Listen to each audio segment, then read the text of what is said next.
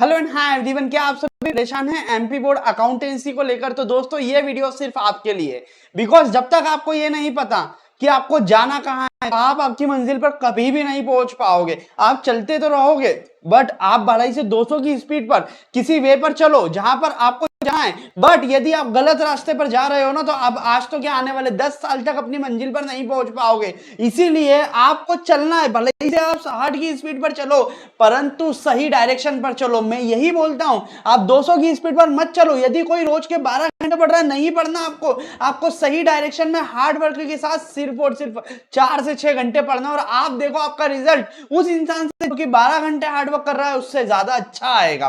So let's begin. यहां पर जो ये वीडियो लेकर आया हूं, इस वीडियो में मैं आपके लिए क्या लाया हूं, इसके वीडियो के अंतर्गत मैं आपके लिए कट टू कट स्ट्रेटेजी लाया हूं कि आपको चैप्टर वाइज किस तरीके से अटैक करना है, किसके ऊपर, पेपर के ऊपर। क्योंकि आपका जो पेपर है वो पेपर यदि आप देखोगे कितने मार्क्स का है, आपका पेपर टोटल 80 मार्क्स का है। आपको स्क्रीन पर दिख रहा होगा टोटल वाले कॉलम में। यहां पर जो है मैंने आपके सिलेबस को कितने भागों में बांटा है, यहां पर दोस्तों मैंने आपके सिलेबस को टोटल 10 चैप्टरों में बांटा है। ये आपको आपकी स्क्रीन के ऊपर दिख रहा है। सबसे पहला चैप्टर जो कि आपके बोर्ड ऑफ एग्जामिनेशन ने दिया है, सबसे पहला चैप्टर क्या दिया है, accounting of partnership firms fundamentals. मतलब पहला चैप्टर पार्टनरशिप के फंडामेंटल के बारे में, जिसके अंतर्गत जिसमें से आपको कितने मार्क्स के क्वेश्चन पूछे जाएंगे दोस्तों, उसमें से आपको टोटल 12 मार्क्स के क्वेश्चन पूछे जाएंगे। तो ये जो है आपका कैटेगरी 1, हम इसको क्या करेंगे, 3 कैटेगरी में लेके चलेंगे, ए बी एंड सी। जो कि आपको ए कैटेगरी में वो चैप्टर्स आएंगे जो कि सिर्फ और सिर्फ आपको 20% मेहनत करना होगी और 80% मार्क्स आपको देकर जाएंगे। तो ये ए कैटेगरी का आपका चैप्टर होगा, जिसके अंतर्गत आपको क्या होंगे, जिसके अंतर्गत 6 नंबर के आपको पूछे जाएंगे ऑब्जेक्टिव, 2 नंबर का होगा एक क्वेश्चन, 2 नंबर मतलब एक छोटा थ्योरी क्वेश्चन पूछा जाएगा, और 4 नंबर का पूछा जाएगा एक क्वेश्चन। तो आपको इस चैप्टर को क्या करना है, सबसे ज्यादा मेहनत करना है। उसके बाद आपका दूसरा चैप्टर आता है reconstitution of partnership. Reconstitution of partnership में क्या है, बेसिकली इस यूनिट में से आपको टोटल पूछा जाएगा 6 नंबर का, और उसके लिए आपको पढ़ना पड़ेगी क्या, 2 चैप्टर। पहला चैप्टर पढ़ना पड़ेगा क्या, गुडविल। गुडविल का क्या होगा, nature and valuation of goodwill. और दूसरा चैप्टर आपको पढ़ना होगा change in the profit sharing ratio among existing partner. मतलब एग्जिस्टिंग पार्टनर के अंतर्गत जब प्रॉफिट शेयरिंग रेशियो चेंज होता है तो किसको कितना हिस्सा मिला जाएगा। तो 2 चैप्टर मिला के यदि आपको 6 नंबर मिल रहे हैं तो उसमें 3 नंबर के तो वो ऑब्जेक्टिव पूछ लेगा और 3 नंबर का एक क्वेश्चन पूछेगा। तो दोस्तों इस चैप्टर में आपको क्या करना है, ऑब्जेक्टिव ज्यादा पढ़ना है, 3 नंबर का एक छोटा क्वेश्चन, आप थ्योरी भी करके चले जाओगे, आपकी क्या है, प्रिपरेशन हो जाएगी। उसके बाद जाते हैं हम unit number 3, chapter number 3। Chapter number 3 हमारी बात करता है admission of a partner. Admission of partner का मतलब क्या होता है, एडमिशन ऑफ पार्टनर का मतलब होता है कोई नया साझेदार या पार्टनर आएगा तो उस सिचुएशन में अकाउंटिंग कैसे की जाएगी पार्टनरशिप फर्म में। तो ये चैप्टर में से टोटल कितने नंबर का पूछा जाएगा, इसमें से टोटल पूछा जाएगा 6 नंबर का, जिसमें से होंगे 3 नंबर के ऑब्जेक्टिव और 3 नंबर का पूछा जाएगा दोस्तों एक क्वेश्चन। ये भी जो है 3 नंबर का क्वेश्चन या तो आपका न्यूमेरिकल हो सकता है, कुछ छोटे मोटे कैलकुलेशन बेस्ड, या हो सकता है आपका क्या, थ्योरी बेस्ड। देन उसके बाद में चैप्टर नंबर 4 की हम बात करें तो retirement and death of a partner.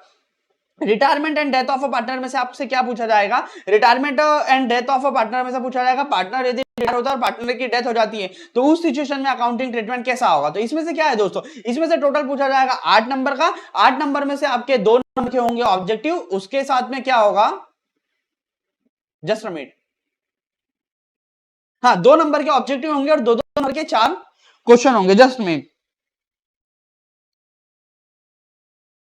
हाँ 2 नंबर के ऑब्जेक्टिव होंगे, 2 नंबर के आपके होंगे कितने, 2 क्वेश्चन, मतलब 4 नंबर के 2 नंबर के क्वेश्चन और 4 नंबर का एक क्वेश्चन पूछा जाएगा। तो आपको इसके लिए इस तरीके से प्रिपरेशन करना है। उसके बाद में आता है आपका कौन सा chapter, chapter number 5, dissolution of a partnership. जब पार्टनरशिप फर्म खत्म हो जाती है तो उसमें से टोटल पूछा जाएगा 4 नंबर का, और 4 नंबर 2 नंबर के होंगे ऑब्जेक्टिव और 2 नंबर का एक क्वेश्चन पूछा जाएगा। ये बेसिकली देखा जाए डिसॉल्यूशन जो चैप्टर बहुत बड़ा होता है, तो आपको क्या करना है, इसमें मेजर फोकस करना है इसके ऊपर, ऑब्जेक्टिव के ऊपर, ताकि आपको मैक्सिमम मार्क्स आ सके।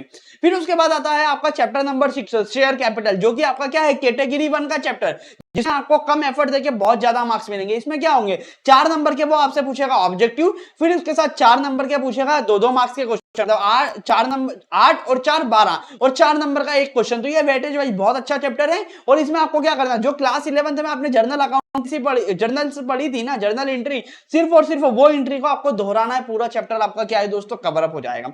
उसके बाद में मैं आगे चलूं चैप्टर नंबर 7 पर। चैप्टर नंबर 7 हमारी बात करता है अकाउंटिंग ऑफ डिवेंचर्स के बारे में। इसमें से पूछा जाएगा टोटल 8 नंबर का, जिसमें से होंगे 3 क्वेश्चन आपके 1-1 नंबर के, एक क्वेश्चन होगा 2 नंबर का और एक क्वेश्चन होगा 3 नंबर का। उसके बाद हम जाते हैं chapter number 8 financial statement of a company.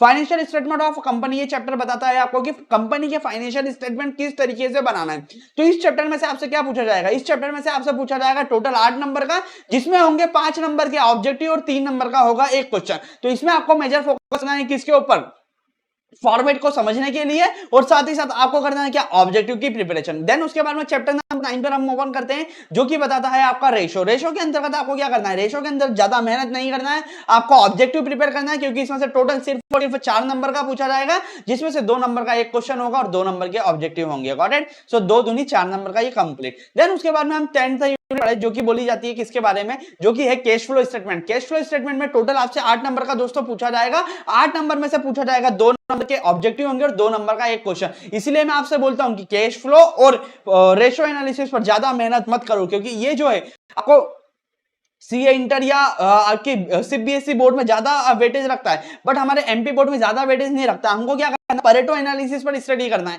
Pareto एक रूल होता है जो कि आपको बताता है कि 20% मेहनत देने से आपको 80% का क्या होगा, रिजल्ट मिलेगा। इसलिए हम परेटो का अप्लाई करेंगे, 20% मेहनत करेंगे और 80 नंबर के मार्क्स लेकर आएंगे। गॉट इट दोस्तों? ये वीडियो को यदि आपको अच्छा लगा तो प्लीज